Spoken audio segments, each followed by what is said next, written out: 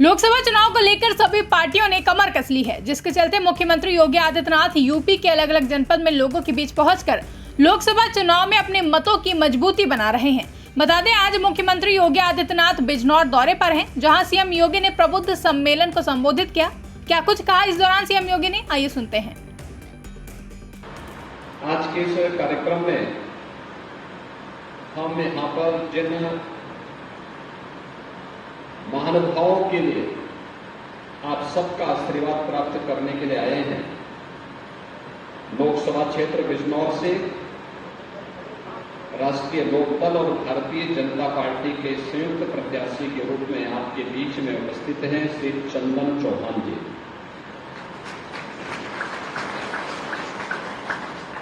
इस बार उनके माथे पे चंदन जरूर लगना चाहिए।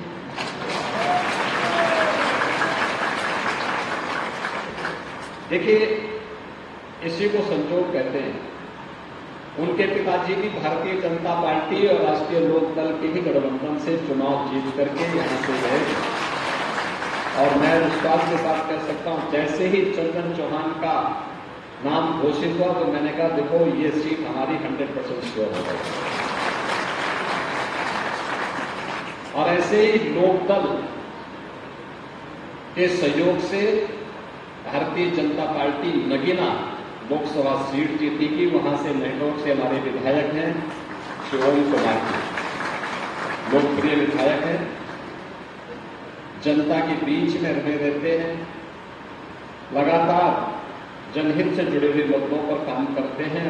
आज पार्टी ने उन्हें नगीना लोकसभा सीट से अपना प्रत्याशी बनाया है।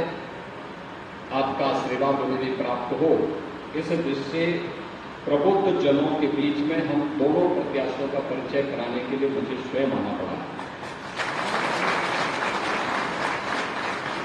अभी नामांकन की प्रक्रिया संपन्न हुई है और नामांकन की प्रक्रिया संपन्न होने के बाद हम लोग पहले चरण में प्रबुद्ध जनों के बीच में जा रहे हैं। प्रबुद्ध जनों के बीच में जाने के साथ फिर हमारे बूथ स्तर की मीटिंगें चल रही हैं, लेकिन बूथ स्तर के सम्मेलन भी होंगे और बाद में जनसभाएं भी हमारी प्रारंभ होने जा रही हैं। प्रबुद्ध जनों के पास मैं इसलिए आया हूं क्योंकि आप समाज की ओपिनियन मेकर हैं। समाज का जो नेतृत्व वर्ग है, आप मार्गदर्शन करते हैं, आप उसे लीड करते हैं। कोई अधिवक्ता है, कोई चिकित्सक है, कोई शिक्षक है, कोई व्यापारी है, कोई हस्तशिल्पी है, कोई कारीगर है, कोई महिला सशक्तिकरण के लिए कार्य कर रहा है, कोई पर्यावरण के लिए कार्य कर रहा है। जीवन के अलग अलग क्षेत्र में कार्य करने वाला जो नेतृत्व वर्ग है, वह नेतृत्व वर्ग केवल मंच पर बैठा हुआ समुदाय ही नेतृत्व वर्ग नहीं है। ये पॉलिटिकल नेतृत्व देता है, लेकिन सामाजिक नेतृत्व अलग अलग सेक्टर में जो नेतृत्व दे रहा है, वह सामने आप सभी बैठे हुए हैं। आपकी बातों पर जनता जनार्दन विश्वास करती है। आप समाज को मोटिवेशन की ओर अग्रसर करते हैं। आप बताते हैं कि ऐसे होना चाहिए, ये होता है, और लोग उसका अनुसरण करते हैं। इसलिए चुनाव के अन्य कार्यक्रम हमारे प्रारंभ हो सके। हमारे प्रत्याशियों ने नामांकन किया तो मैंने कहा कि सबसे पहले प्रबुद्ध जनों से हम आशीर्वाद लेते हैं। आपकी भूमिका समाज में ऐसे ही है जैसे प्राचीन काल में ऋषि मुनियों की हुआ करती है, वही आपकी भूमिका है, क्योंकि वहां भी उस समय का प्रबुद्ध जन था और ये महात्मा विदुर की धरती है। तो महात्मा विदुर की धरती पर आपका आशीर्वाद हमारे दोनों प्रत्याशियों को प्राप्त हो।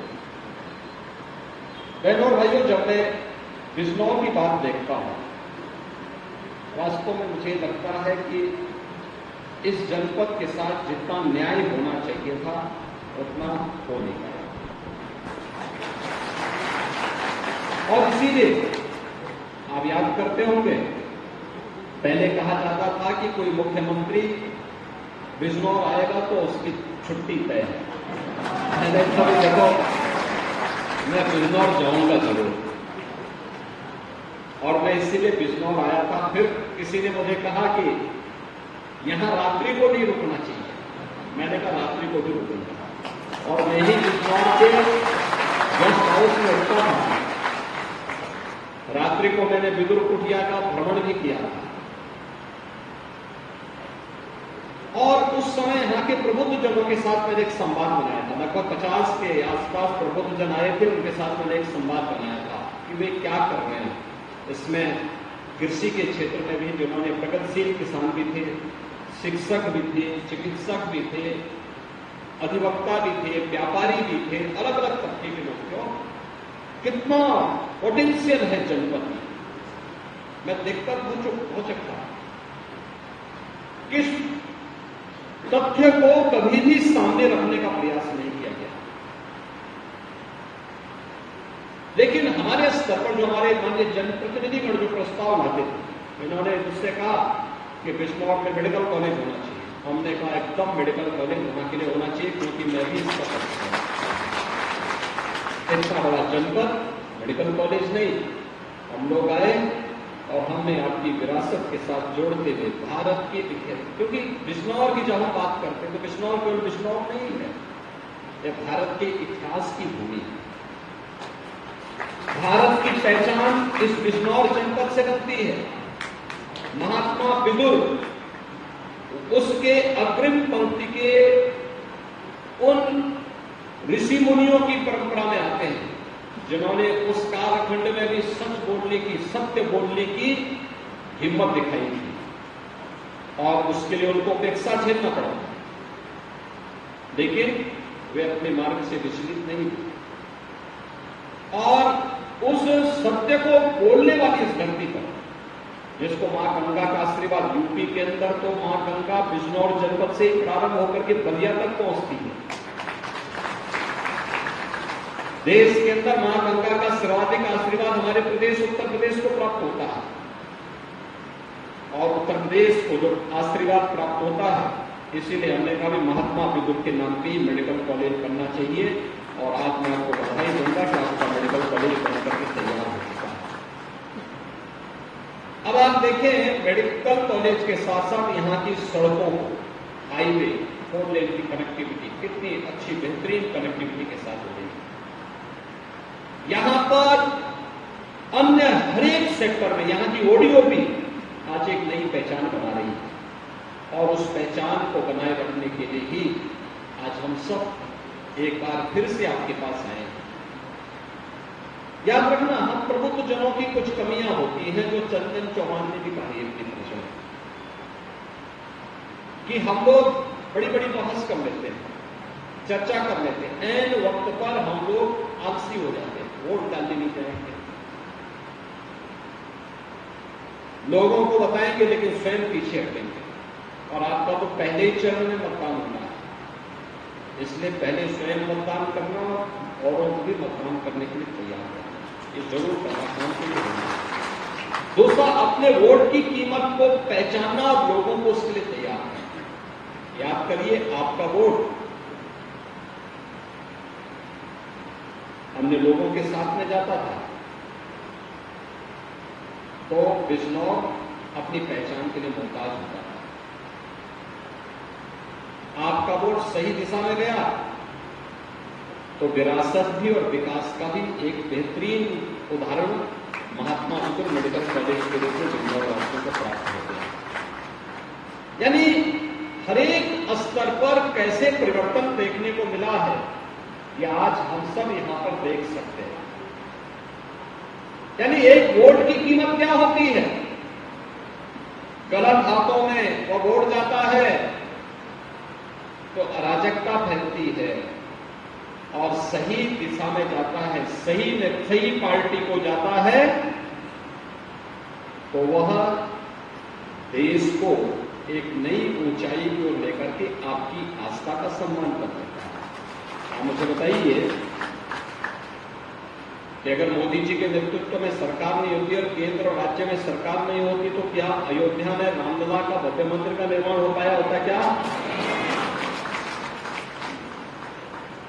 मुझे बताओ, मोदी जी प्रधानमंत्री हैं तो देखो उत्तर प्रदेश का गौरव भी किस रूप में बढ़ता। अभी चौधरी साहब को भारत रत्न के सम्मान से सम्मानित किया गया। चौधरी साहब को यह सम्मान बहुत पहले मिल जाना चाहिए था, बहुत पहले मिल जाना चाहिए था। भारत की नब्ज को अगर भारत के किसी राजनेता ने उस कालखंड में सही तरीके से पहचाना था तो वह नाम था चौधरी चरण सिंह जी का, जिन्होंने कहा था कि भारत की प्रगति का मार्ग देश के खेतों और खलिहानों से होकर के जाता है। अन्नदाता किसान, जिस देश में 70 से लेकर 75% आबादी खेती बाड़ी पर निर्भर करती हो, वो किसान सरकार के एजेंडे का हिस्सा नहीं था। और पहली बार हुआ कि प्रधानमंत्री मोदी जी ने चौधरी साहब के सपने को साकार करने के लिए अपने एजेंडे का हिस्सा, शासन के एजेंडे का हिस्सा अन्नदाता किसानों को बनाया। और जब उसके परिणाम आने प्रारंभ हुए तो भारत रत्न का सम्मान चौधरी साहब को भी देकर के चौधरी साहब के माध्यम से न केवल पश्चिमी उत्तर प्रदेश बल्कि पूरा उत्तर प्रदेश गौरवान्वित है, क्योंकि चौधरी साहब का संबंध उत्तर प्रदेश से था और उत्तर प्रदेश के मुख्यमंत्री के रूप में भी उन्होंने देश को अपनी अमूल्य सेवाएं दी। इसलिए मैं आज के इस अवसर पर आप सबको इस बात की भी बधाई देता हूं, प्रधानमंत्री मोदी जी के प्रति आभार व्यक्त करता हूं कि चौधरी साहब को उन्होंने भारत रत्न का सम्मान देकर के न केवल पश्चिमी उत्तर प्रदेश को, किसानों को, बल्कि पूरे उत्तर प्रदेश के गौरव को बढ़ाने का काम किया है। इसके लिए हम सब उनके प्रति आभारी हैं। मैं तो कह रहा था कि एक वोट प्रदेश को और देश को अराजकता की ओर भी ले जाता है जब गलत हाथों में जाता है, लेकिन जब सही पार्टी को जाता है तो वही वोट देश की तकदीर और तस्वीर को बदल कर देता है। क्या हालत थी 2014 के पहले देश की? कहां जा रहा था ये देश? अविश्वास था। देश की सीमाएं सुरक्षित थी।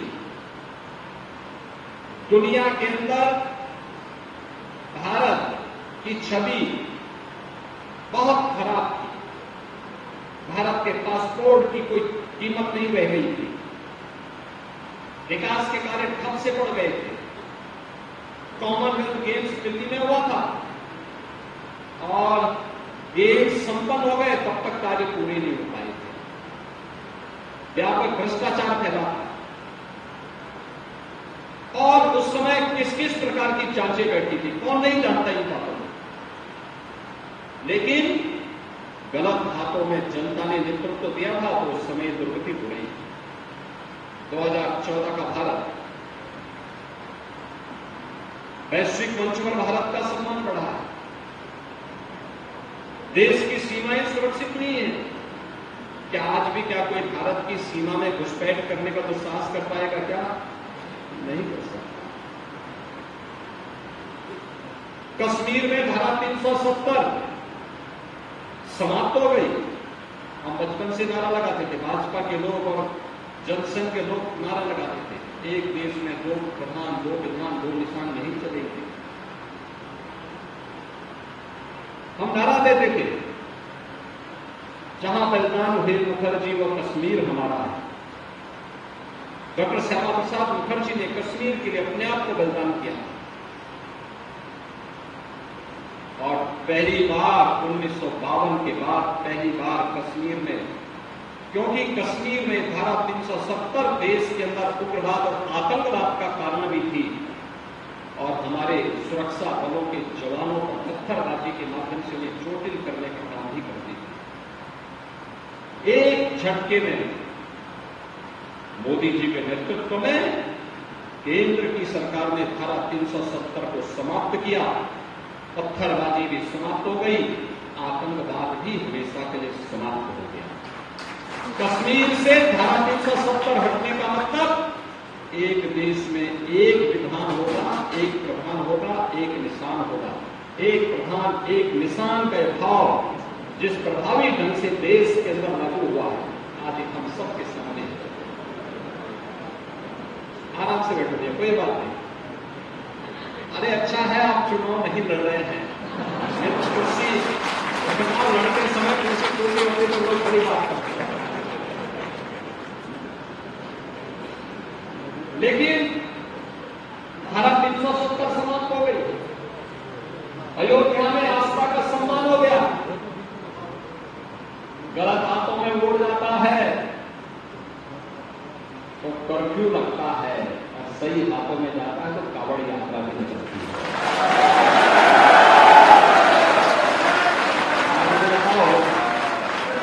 अन्नदाता किसानों का सम्मान, ऋण माफी से लेकर के कृषि सिंचाई योजना से लेकर के और प्रधानमंत्री किसान सम्मान निधि का